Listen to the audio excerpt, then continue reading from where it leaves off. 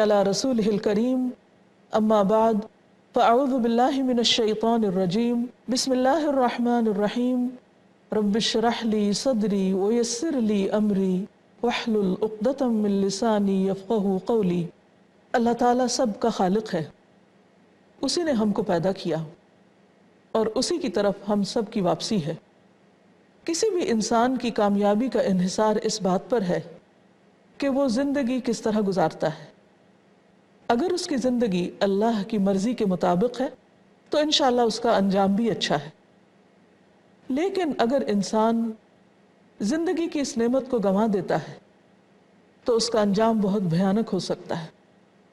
اللہ تعالیٰ نے انسان کو عقل اور سمجھ دے کر پیدا کیا، اسی بنا پر انسان سوچتا ہے، ہر بات پر غور و فکر کرتا ہے۔ انسان کے ذہن میں بہت سے سوالات بھی اٹھتے ہیں۔ انسان اگر اپنی فطرت پر ہو تو حق کو پانے کی کوشش بھی کرتا ہے۔ انسانوں کے دلوں میں اٹھنے والے سوالات، ان سب کے جوابات اللہ تعالیٰ نے اپنی بہترین کتاب قرآن مجید میں دیے ہیں۔ اس کتاب کے مطالعے سے انسان کی تمام کنفیوژنز دور ہو جاتی ہیں۔ اس دنیا میں کس طرح رہنا چاہیے، اللہ تعالیٰ کے ساتھ ہمارا معاملہ کیسا ہونا چاہیے جس نے ہمیں پیدا کیا، بندوں کے ساتھ ہمارے تعلقات کیسے ہونے چاہیے جن کے ساتھ ہم دن رات مل جل کر رہتے ہیں، کیونکہ کوئی بھی انسان دنیا میں اکیلا نہیں رہ سکتا۔ ہمارے والدین جو ہمیں دنیا میں لانے کا سبب بنتے ہیں، ہمارے ازواج، اولاد جن کے ساتھ ہمارا دن رات واسطہ ہوتا ہے، دیگر تمام لوگ جن کے ساتھ ہمارے تعلقات ہوتے ہیں، ان کے ساتھ ہمارا تعلق کیسا ہونا چاہیے۔ اسی طرح خود اپنی ذات کے معاملے میں، اپنی ذات کے بارے میں ہماری سوچ کیسے ہونی چاہیے، ہمارے خیالات کیسے ہونے چاہیے، ہماری گفتگو کیسی ہونی چاہیے، ہمارا رویہ کیسا ہونا چاہیے، ان تمام چیزوں کے بارے میں بہترین رہنمائی ہمیں قرآن مجید عطا کرتا ہے۔ تو ہر انسان کے لیے لازم ہے کہ وہ رہنمائی کے بہترین سرچشمے یعنی قرآن مجید سے استفادہ کرے۔ یہ وہ کتاب جس میں 1400 سال سے کوئی تبدیلی نہیں ہوئی، جس کی حفاظت کا ذمہ اللہ رب العزت نے خود لیا، اور آج بھی اس دور کے تمام مسائل کا حل اس کتاب کے اندر موجود ہے۔ انسان کے ذہن میں اٹھنے والے سوالات کا جواب اس کتاب میں موجود ہے۔ تو آئیے ہم دیکھتے ہیں کہ ہم کس طرح اس سے فائدہ اٹھا سکتے ہیں۔ ان چند پروگرامز کے اندر پوری کتاب کا احاطہ تو ممکن نہیں، لیکن قرآن مجید کے اندر پائے جانے والی کچھ قاعدے، کچھ اصول، کچھ طریقے جن کو ان پروگرامز میں واضح کیا جائے گا، ان کا آغاز ہم آج سے کرتے ہیں۔ تو ہم ابتدا کریں گے سب سے پہلی سورت کی سب سے پہلی آیت سے، اور وہ ہے الحمدللہ رب العالمین۔ سب تعریف اللہ رب العالمین کے لیے ہے۔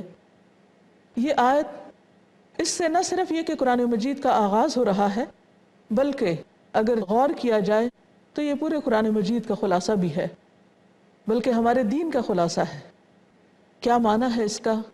کہ سب تعریف اور سب شکر اللہ کے لیے ہے۔ کیوں؟ اسی کے لیے کیوں؟ اس لیے کہ ہم اس دنیا میں اسی کے فضل اور کرم کی وجہ سے ہیں۔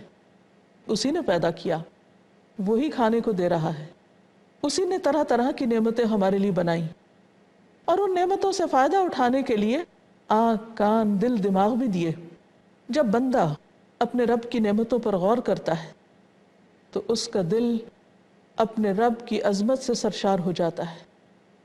اس کی روح اس خیال سے سیراب ہو جاتی ہے کہ کوئی ہے جو اس کی ٹیک کیئر کر رہا ہے، کوئی ہے جو اس کو رزق دے رہا ہے، کوئی ہے جو اس کی دعا سنتا ہے، کوئی ہے جو مشکل وقت میں اس کے کام آتا ہے، کوئی ہے جس پر وہ بھروسہ کر سکتا ہے، کوئی ہے جو اس پر مہربانی کرنے والا ہے، اس سے محبت کرنے والا ہے۔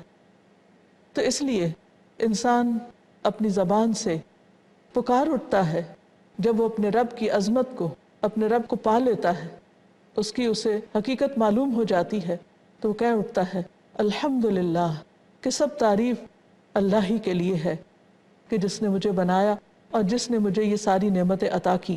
پھر اسی طرح ہم دیکھتے ہیں کہ انسان جو بڑا ہوتا ہے اس کی عقل میچور ہوتی ہے، وہ اپنے آس پاس مختلف چیزوں کو دیکھتا ہے۔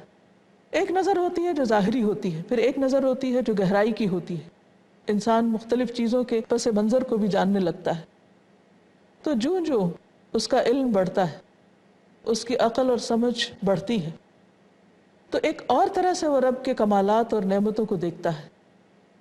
اور جو بندہ اپنے رب کے کمالات اور نعمتوں کو پا لیتا ہے، سمجھ لیتا ہے، تو بے اختیار اس کی زبان سے اللہ کے شکر کے کلمات نکلنے لگتے ہیں۔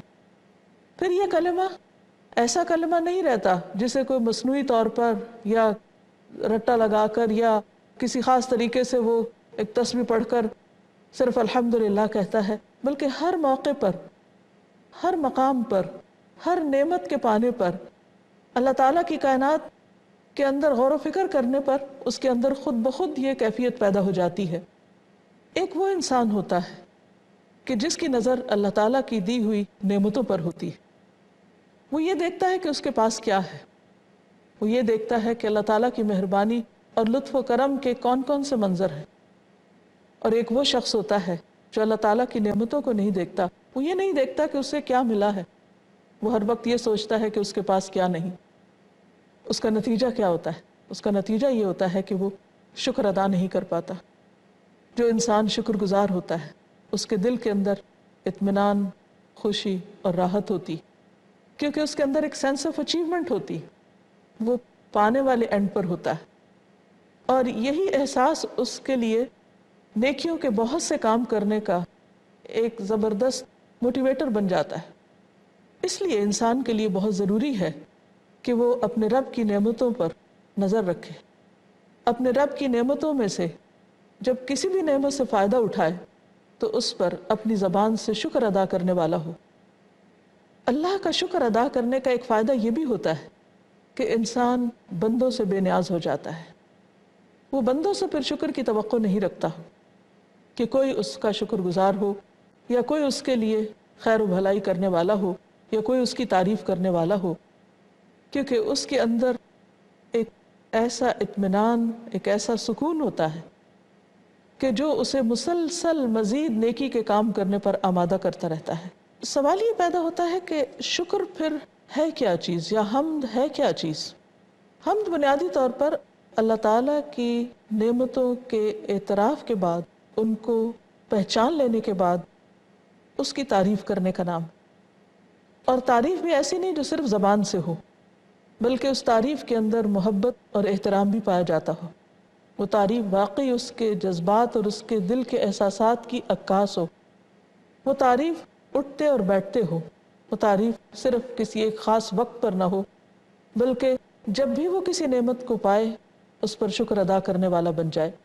ایسا بندہ دن کے آغاز پر، دن کے اختتام پر، ہر موقع پر اپنے رب کا شکر ادا کرتا ہے، حتیٰ کہ وہ اس حال میں بھی شکر ادا کرتا ہے جب حالات اس کے موافق نہیں ہوتے، جب وہ زندگی میں مختلف مشکلات دیکھتا ہے، کیونکہ اس کے خیال میں اس کا رب اس پر اتنا مہربان ہے کہ بہت سی چیزیں اس کو جو اس نے دی ہیں، اور جب کسی چیز سے روکا ہے، بندہ جب اللہ تعالیٰ کی نعمتوں کو دیکھتا ہے اور ان کو محسوس کرتا ہے تو اس کی زبان سے الحمدللہ نکلتا ہے۔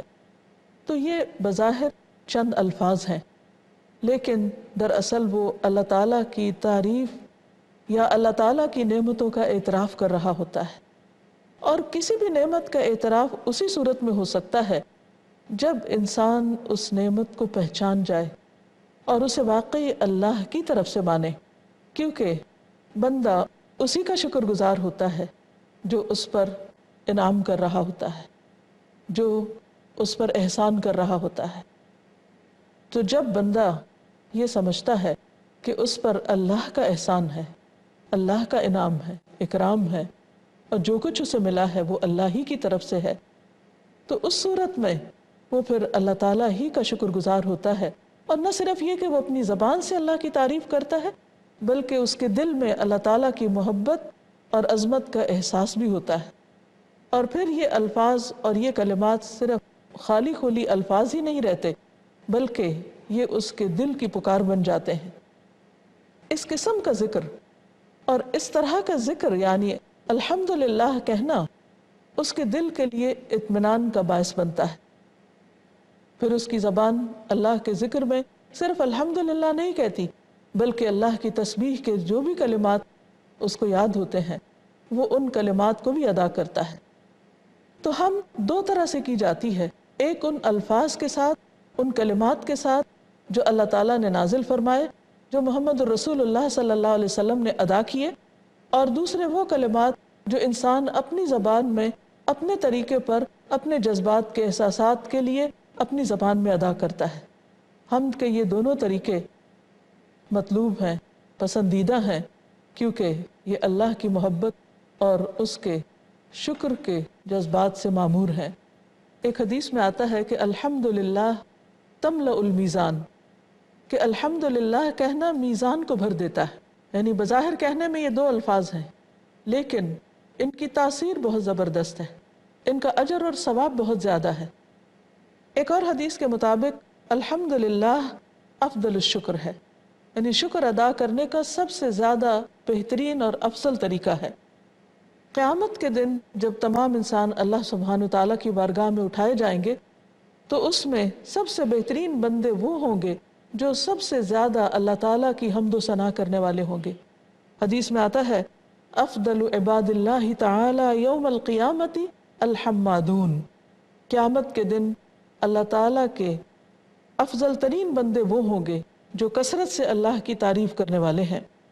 اسی طرح ایک اور حدیث کے مطابق بندے کو جب کوئی نعمت ملتی ہے اور اس پر وہ الحمدللہ کہتا ہے تو نبی صلی اللہ علیہ وسلم نے فرمایا کہ اللہ تعالیٰ کسی بندے پر نعمت فرمائے اور وہ نعمت ملنے پر الحمدللہ کہے تو اس بندے نے جو دیا وہ بہتر ہے اس سے جو اس نے لیا، یعنی الحمدللہ کہنا اس نعمت سے افضل ہے جو اس کو ملی ہے۔ گویا ایک طرح سے وہ اس نعمت کا شکر ادا کرنے کے قابل ہو جاتا ہے۔ اسی لیے ہم دیکھتے ہیں کہ بندہ مومن کی زندگی کے مختلف مراحل اللہ کی تعریف کے ساتھ طے پاتے ہیں۔ مثلا ہم سب اگر اپنی زندگی پر غور کریں تو جاگنے کے بعد سب سے پہلے کلمات جو ہم ادا کرتے ہیں وہ کیا ہیں؟ وہ دعا کہاں سے شروع ہوتی ہے؟ الحمدللہ الذی احیانا بعدما اماتنا والیہ النشور۔ الحمدللہ سب تعریف اللہ کے لیے ہے، الذی احیانا جس نے ہمیں زندگی بخشی، بعدما اماتنا اس کے بعد کہ اس نے ہمیں موت دی، یعنی ہم سو کر اٹھے، والیہ النشور اور اسی کی طرف دوبارہ جی اٹھنا ہے، یعنی اللہ کی طرف ہماری واپسی ہے۔ بندہ مومن نعمت ملنے پر تو الحمدللہ کہتا ہی ہے، لیکن جب اسے تکلیف پہنچتی ہے تو اس وقت بھی وہ الحمدللہ کہتا ہے۔ نبی صلی اللہ علیہ وسلم کا طریقہ یہ تھا کہ جب آپ کو کوئی اچھی چیز ملتی تو آپ فرماتے الحمدللہ الذی بنعمتہ تتم الصالحات، اللہ کا شکر ہے، تعریف اللہ کے لیے ہے کہ جس کے انعام کی وجہ سے، جس کی نعمتوں کی وجہ سے نیکیاں اپنے اتمام کو پہنچتی ہیں۔ اور اگر آپ کو کوئی تکلیف پہنچتی یا کوئی غم اور دکھ پہنچتا تو اس وقت بھی آپ الحمدللہ کہتے اور فرماتے الحمدللہ علی کل حال، کہ اللہ کا شکر ہر حال پہ، ہر حالت میں بندہ اللہ کا شکر گزار کیوں ہو؟ اس لیے کہ بعض تکلیفیں بھی انسان کے لیے خیر و بھلائی کا دروازہ کھول دیتی ہیں۔